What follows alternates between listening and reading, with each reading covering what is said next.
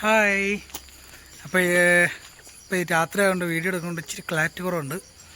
അപ്പോൾ ഞങ്ങൾ നമ്മുടെ അവിടെ അടുത്തുള്ള അമ്പലങ്ങളിലൊക്കെ നല്ല ഉത്സവം നടന്നുകൊണ്ടിരിക്കുകയാണ്. അപ്പോൾ ഇന്ന് വൈകുന്നേരം ഞങ്ങളെല്ലാവരും കൂടി അമ്പലത്തിൽ ഉത്സവം കാണാൻ പോവാം. അമ്പലത്തിലൂടെ ഉത്സവം എന്താ പരിപാടി എന്നറിയാം വാറുവിന്?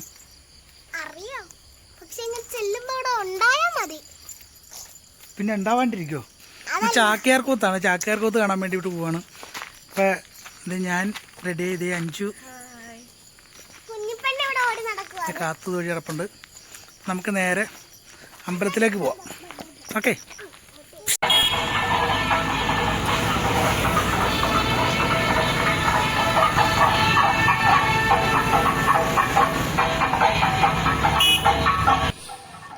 അപ്പോൾ ഇതേ നമ്മൾ അമ്പലത്തിലെത്തിട്ടോ. വലിയ തിരക്കൊന്നും കാണണില്ല. ഇപ്പം ദീപാരാധന സമയമാണ്. നല്ല രസമുണ്ട് അല്ലേ, ലൈറ്റിംഗ് ഒക്കെ കാണാനായിട്ട് നല്ല ഭംഗിയുണ്ട്. പിന്നെ ഇവിടെ അങ്ങനെ വലിയ പരിപാടികൾ ഒന്നും നടത്താറില്ല. കലാപരിപാടികളൊക്കെ അങ്ങനെ പൊതുവെ കുറവാണ്. പിന്നെ ഈ ചാക്യാർകൂത്ത്, ഓട്ടംതുള്ളൽ അതൊക്കെയാണ് മെയിനായിട്ട് വയ്ക്കാറുള്ളത്. അപ്പം ഇന്നത്തെ പ്രോഗ്രാം ചാക്യാർകൂത്താണ്. അപ്പം നമ്മൾ അത് കാണാനാണ് ഈ സമയത്ത് ഇറങ്ങുന്നത്. കാരണം പാറു അതൊന്നും കണ്ടിട്ടില്ലല്ലോ, അപ്പം നമുക്ക് പാറിനെ കാണിക്കാമെന്ന് വിചാരിച്ചാണ് ഞങ്ങൾ ഇറങ്ങിയത്. പിന്നെ ഇവിടെ അങ്ങനെ അധികം കടകളൊന്നുമില്ല കേട്ടോ, ഒരു കടയുള്ള ആകെ. പിന്നെ നമുക്ക് പാറുവിന് അത് തന്നെ ധാരാളം. പാറു ഇപ്പം തന്നെ ലിസ്റ്റ് ഇടാൻ തുടങ്ങിയിട്ടുണ്ട് എന്തൊക്കെ വേണമെന്നുള്ളത്. അപ്പം അത് ഇവിടെ ഈ സ്റ്റേജിലാണ് ചാക്യാർകൂത്ത് നടക്കുക. അപ്പം ഈ ആളുകളൊക്കെ തൊഴാൻ വേണ്ടി കയറുക. നമ്മളും പോയി തൊഴുതിട്ട് വരാം കേട്ടോ. പിന്നെ ഉള്ളിലേക്കൊക്കെ വീഡിയോ എടുക്കാൻ പറ്റുമോയെന്ന് അറിയില്ല. ഉള്ളിൽ നല്ല തിരക്കുണ്ടെന്ന് തോന്നുന്നു. ഇത് അമ്പലത്തിൻ്റെ ആലാണ് കേട്ടോ. അപ്പോൾ ഞങ്ങൾ ഇന്ന് തൊഴുതിട്ട് വരാം, എന്നിട്ട് ബാക്കി വിശേഷങ്ങളൊക്കെ പറയാം.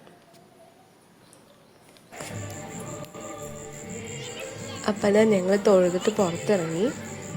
ഇനിയിപ്പോൾ നമ്മൾ അമ്പലത്തിൻ്റെ ഇവിടെ വലം വെച്ചിട്ട് പിന്നെ പുറകിൽ വിഷ്ണുവിൻ്റെ അമ്പലമുണ്ട് കേട്ടോ. അപ്പം നമുക്ക് അവിടെയും പോയി തൊഴണം. അപ്പോൾ ഇത് പറ നിറയ്ക്കുന്ന സമയമാണ്. മലർപ്പറയുണ്ട്, നെൽപ്പറയുണ്ട്.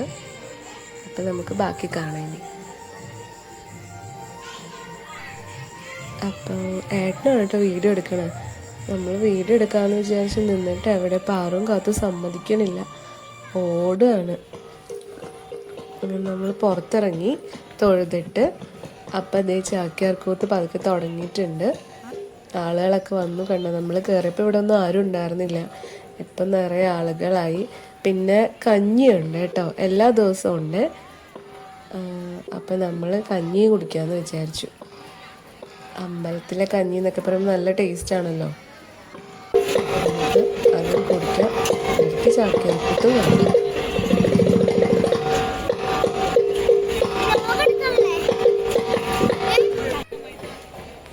അപ്പം നമ്മളിത് ഈ കഞ്ഞി കുടിക്കാൻ വേണ്ടി വന്നു കേട്ടോ. കഞ്ഞി വിളമ്പി തുടങ്ങി. നല്ല തിരക്കുണ്ട്, നമ്മൾ ക്യൂവിൽ നിൽക്കുകയാണ്.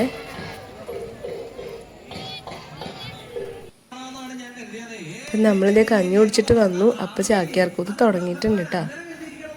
കുറച്ചായി. വലിയ വലിയ ആൾക്കാരുടെ കയ്യിലെ ഒരു സാധനം ഉണ്ടാക്കാതെ പെട്ടെന്ന് അങ്ങനെ കൊടുക്കില്ല. ഒന്ന് രണ്ട് തവണ അങ്ങനെ നടത്തിക്കുന്നുണ്ട്. അങ്ങനെ നടത്തിയിട്ട് അവസാനം കൊടുക്കാൻ നേരത്തെ എന്തെങ്കിലും അവർക്ക് കൊടുക്കണം.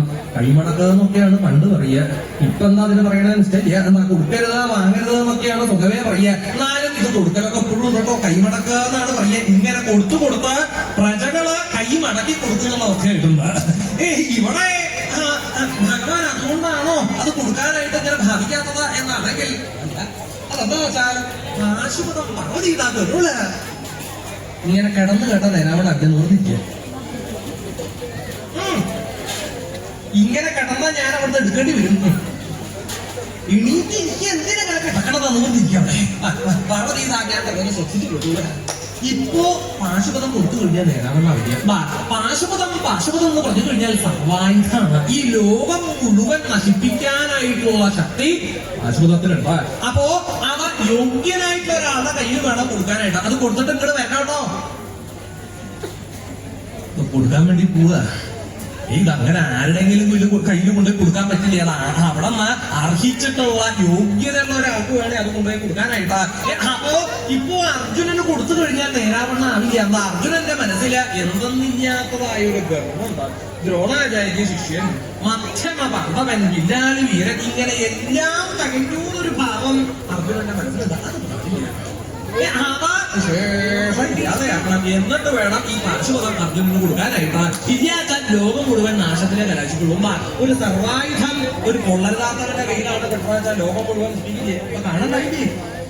ഓരോരുത്തരും ശക്തി കിട്ടിയിട്ട് എന്തൊക്കെ കൊള്ളരുതായ്മയെ കാണിച്ചുകൊണ്ടിരിക്കുന്നത്. ഓരോരുത്തരുടെ പേരുകളൊക്കെ അങ്ങനെ പുറത്തു നിന്നുകൊണ്ടിരിക്കണേ കേട്ടോ. പല പ്രധാനികളും രാജ്യത്തെ പ്രധാനികളും ഉണ്ടാകുന്നതാണ് ഇപ്പൊ കേൾക്കലുണ്ടായേക്കുന്നത്. അപ്പോ അങ്ങനെ ഒരു സർവായുധം കൊണ്ടുപോയിട്ട് ഒരു കൊള്ളരുതാത്തതിന് കൊടുക്കാൻ സാധിക്കില്ല.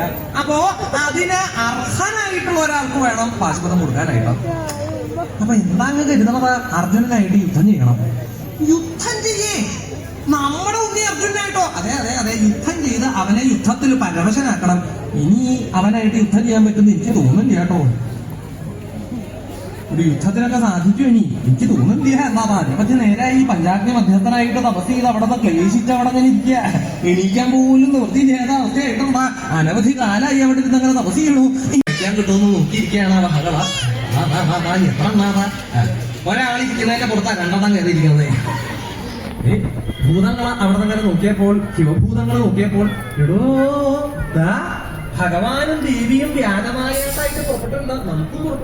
നമുക്കും പുറപ്പെടാച്ചാൽ വെറുതെ അങ്ങനെ പുറപ്പെടാൻ പറ്റിയാലോ? ഇല്ല, അവര് വേഷം മാറിയിട്ടല്ലേ പുറപ്പെട്ടിരിക്കണേ. അതെ, അതെന്തിനാ വേഷം മാറിയിരിക്കുന്നത്?